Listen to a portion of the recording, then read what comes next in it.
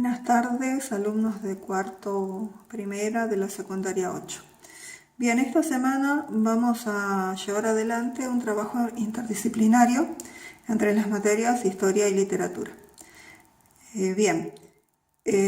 Ustedes en clases anteriores estuvieron buscando definiciones de conceptos. Vamos a tomar esas clases. En una buscaron definiciones de imperialismo, colonialismo, neocolonialismo y revolución. Y en otra clase ampliaron esos conceptos y compartieron, ¿no?, con los compañeros esos conceptos.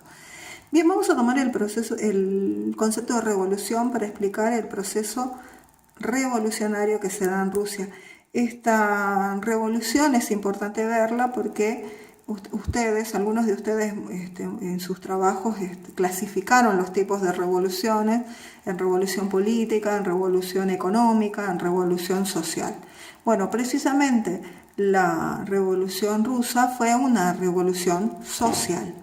Y para eso vamos a ver en esta clase los antecedentes, o sea, qué pasó antes de la Revolución Rusa. No vamos a ver todo el proceso hoy, vamos a ver la primera parte, ¿sí? Bien, vamos a vamos a ver este periodo, el periodo del zarismo.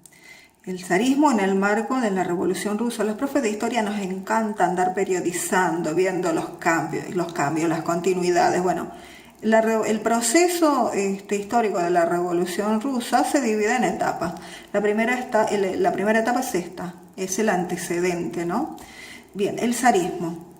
Vamos a pasar ahora a ver las características. Acá yo les preparé un cuadro para que sea mucho más visual, ¿sí? Bien, vamos a verlo en la política, en la sociedad y en la población. Vamos rapidito, ¿sí? En el plano político, Rusia estaba gobernada por un zar, o sea, por una monarquía, por una especie de rey, ¿sí? Tenía el poder absoluto, ¿sí? Y ese poder absoluto estaba fundamentado en el origen divino, o sea que Dios le había dado ese poder para ellos gobernar, ¿no? Y que nadie cuestionara sus decisiones. Bien, dentro del plano social es una sociedad clasista, ahí tienen, clase alta, media y baja. La clase alta estaba integrada por los nobles, que eran los terratenientes, los dueños de las tierras. El clero, que era la iglesia ortodoxa, y los militares. En la clase media, con no mucha cantidad de personas, porque la burguesía era muy pequeña, y ahora vamos a ver por qué, era la clase media. Y la última clase, la clase baja, conformada por campesinos ricos y campesinos pobres. Esta sí era numerosa. Bien, fíjense la población. En la población, Rusia tenía 15 millones de habitantes. Y el 8% de esa población era la que vivía en las ciudades, solo el 8% vivía en zonas urbanas. Y la economía, que también nos da información de Rusia a fines del siglo XIX, tenía base agraria con grandes latifundios y una incipiente industrialización gracias a los capitales franceses. A fines del siglo XIX una pequeña apertura, ¿no? Y dejaron entrar capitales de otros lugares. Bien, esta era la situación a fines del siglo XIX o en el periodo anterior a la etapa revolucionaria, ¿no? Vamos a ver, les voy a presentar algunos zares, los últimos tres. Este es Alejandro II, Alejandro III, y a este zar le tocó la etapa revolucionaria o enfrentar esas revoluciones, Nicolás II.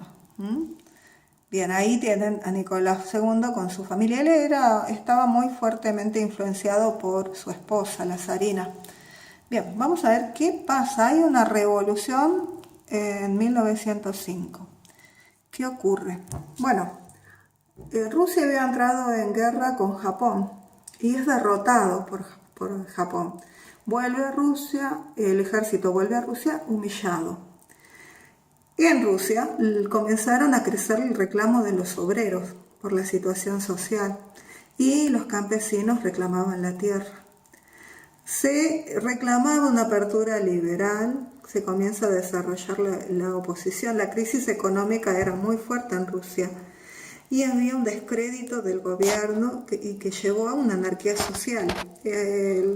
El zar no podía satisfacer las necesidades de las personas ni atendía los reclamos de las personas. Este es un periodo anterior, ¿no?, a la revolución. Bueno, en ese contexto se da una ola de huelgas, unas huelgas generales. Los soviets son como asambleas, como las asambleas que conocemos nosotros. El soviet de San Petersburgo, que era una ciudad de Rusia, realizan un petitorio, ¿no?, a las autoridades reclamando las mejoras laborales, las libertades, las funciones de la Duma. La Duma era algo así como un congreso y el perdón político, ¿no?, el perdón. Bueno, en un principio, al verse presionado, el zar cede un poco, atiende esos reclamos, pero luego da un giro y al parecer es como que se arrepiente de todo eso y con la llegada del ejército que vuelve de Japón comienza a reprimir, ¿sí?, y aplastan este primer intento de revolución de 1905, la revolución de 1905. Pero no se termina aquí el tema, vamos a continuar este proceso en una siguiente clase. Ahora le doy la palabra al profe de literatura que les va a presentar un personaje de esta época, contemporáneo de estos tiempos, que vive todos estos procesos, sobre todo esto, ¿no?, este proceso, porque no alcanza a ver la revolución importante, la otra, la que viene más adelante.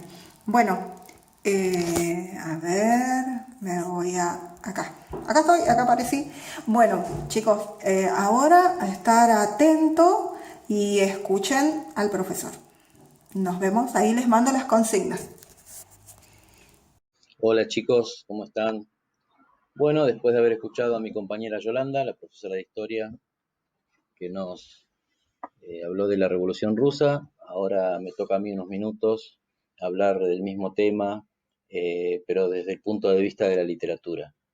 Y tenemos que saber que la literatura, junto con otros movimientos estéticos, artísticos, por ejemplo la música, la pintura, la escultura, fueron grandes compañeros de las revoluciones, por no decir que a veces hasta incluso fue el motor lo que provocó una revolución.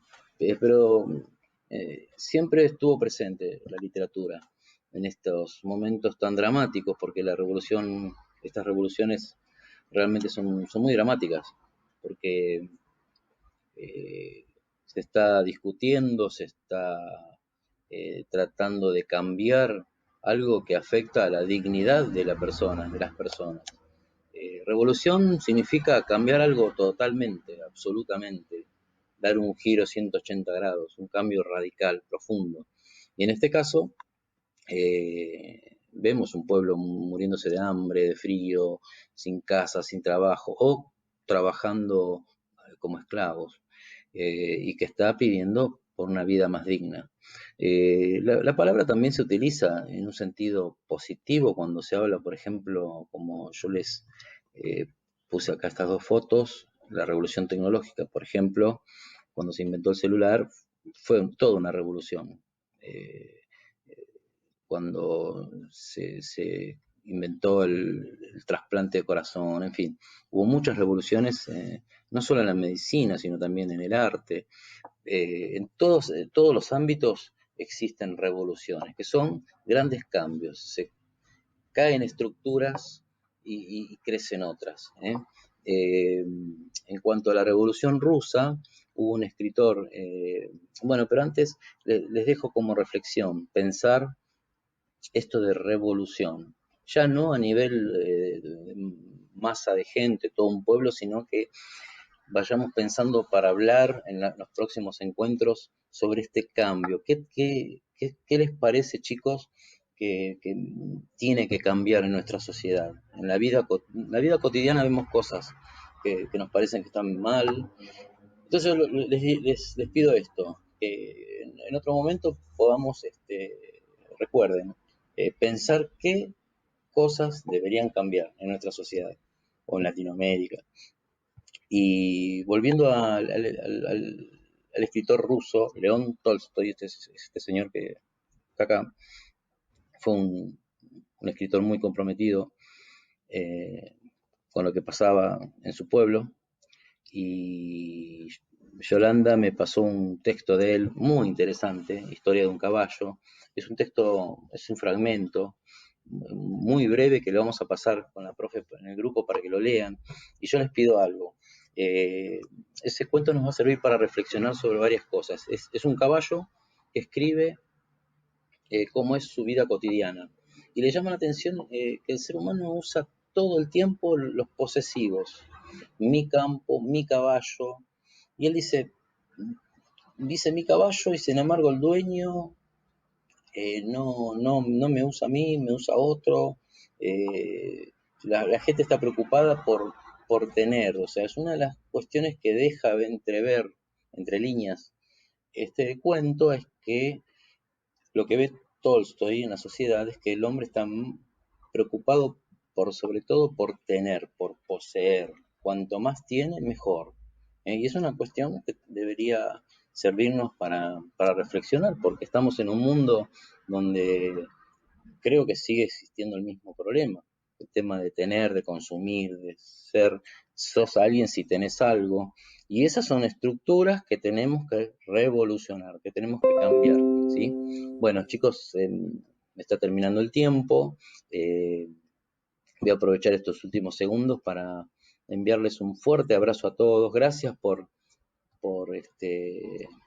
ver este video, gracias por estar, por todo lo que hacen con mucho sacrificio en estos tiempos difíciles. Eh, Les mando un saludo para sus familias también. Y bueno, un abrazo fuerte, ánimo, que esto